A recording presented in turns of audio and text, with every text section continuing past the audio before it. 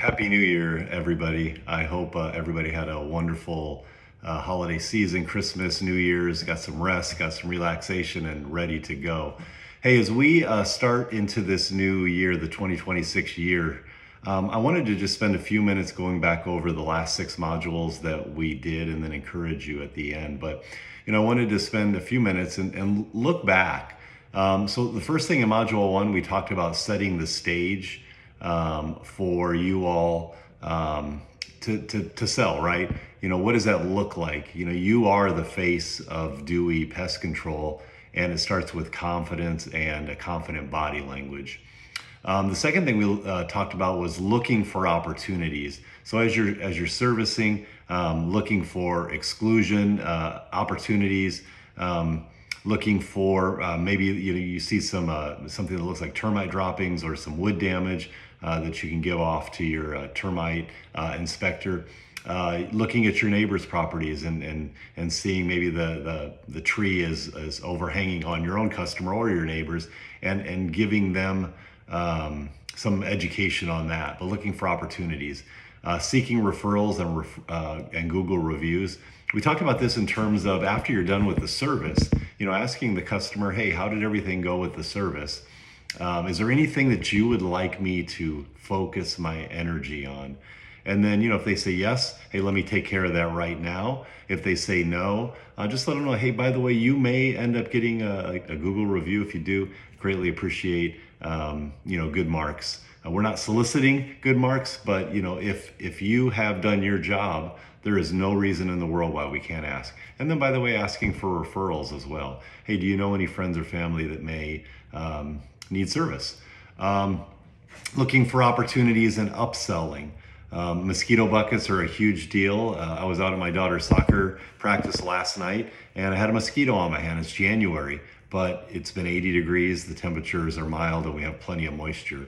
So there's no harm, no foul in offering our customers mosquito buckets, upgrading service from quarterly to bi-monthly, from bi-monthly to monthly. If you happen to get up into the attic and you notice they're deficient in insulation, offering that as well.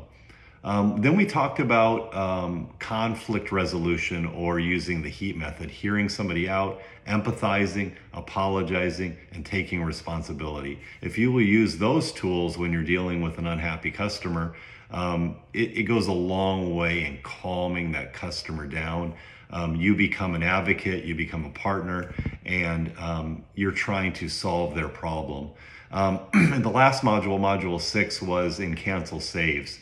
Going through the steps of, again, hearing the customer out. I understand that you want to cancel, what's going on? How was the service? Service was fine. So where did on a scale from 1 to 10, how would you rate your service?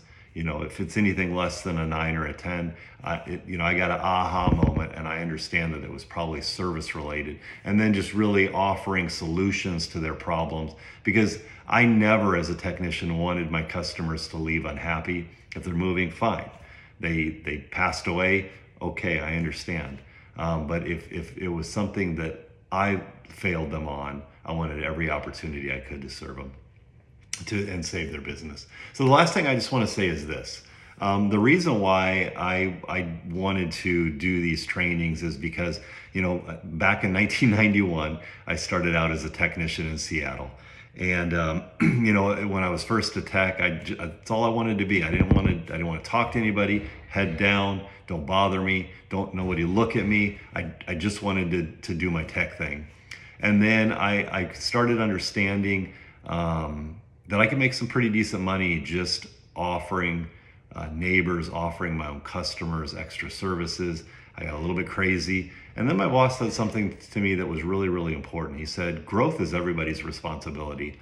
And I've really held on to that moniker over my career, that growth isn't just the salesperson's responsibility. It's not the termite inspector's responsibility. It's not the OP's responsibility. It's not the branch manager or assistant's responsibility. It's all of our responsibility. And as technicians, you are the face of Dewey Pest Control. You wear the uniform, you're in the truck. people inherently are going to trust you more than they're going to trust me or one of the salespeople going into their business or their home. It's just part of the nature of being a technician.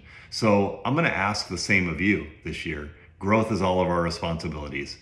Some of us may not feel super comfortable. I'm here and I'm available to help you. If that means getting on a truck, cool, rock on. I'll be happy to do that. If that means, role playing or giving you some guided role plays, I'm absolutely able and willing to do that. But we need to really ramp up our growth mindset this year in 26 and really put that mindset of that growth is everybody's responsibility. I've got some plans this year for some blitzes and some opportunities for all of us to have some fun together.